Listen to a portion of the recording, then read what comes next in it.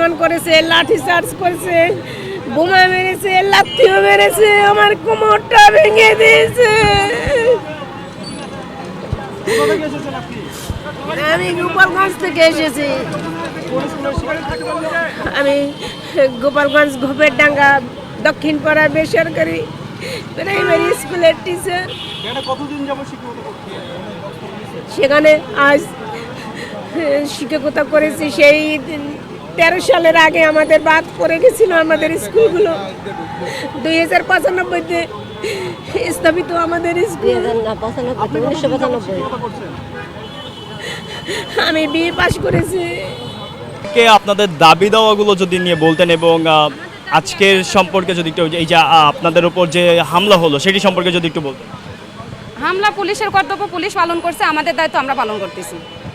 আর আমাদের একটাই দাবি, আমরা জাতীয়করণ চাই। এর চেয়ে বেশি কিছু বলার নাই ভাই। আমাদের 2012 সালে যখন বেসরকারি যে সরকারি কিছু জাতীয়করণ স্কুল হয়, 26,000 স্কুল, সরকারি 12,000 সরকারি স্কুল করা হয়, তখন আমাদের স্কুল ছিল 30,900 মতো স্কুল ছিল। আমাদের 5,000 স্কুল আমাদেরকে বাদ দেওয়া হয়েছে, যে জামাত শিবির বিএনপির অভিযোগ দিয়ে আমাদের এই স্কুলগুলো বাদ দেওয়ানো হয়েছে। বর্তমানে আমরা আজকে 1.5 যুগ পরিমাণে আমরা এই আন্দোলন সংগ্রাম চালাতে আছি, কিন্তু আমাদেরকে কোনো জাতীয়করণ করতেছে না, শুধু আমাদের আশ্বাসই দিয়ে রাখতেছে। আজকে আমাদের একটা যুক্তির দাবি নিয়ে আমরা মাঠে নামছি। এই দাবি না আদায় পূরণ পর্যন্ত আমরা ঘরে ফিরবো না। আর এই দাবি আদায় করতে যে আমাদেরকে পুলিশ জল কামন দিয়া, লাঠি চার্জ, অনেক আমাদের 2জন বোন অসুস্থ হয়ে গেছে, মারধর করছে। আমাদের 2টা ভাই অনেক অসুস্থ হয়ে গেছে, আমাদেরকে পুলিশ অনেক মারধর করছে। তারপরেও আমরা রাস্তা ছাড়বো না, তারপরে আমাদের উদ্দেশ্য যমুনে যাব।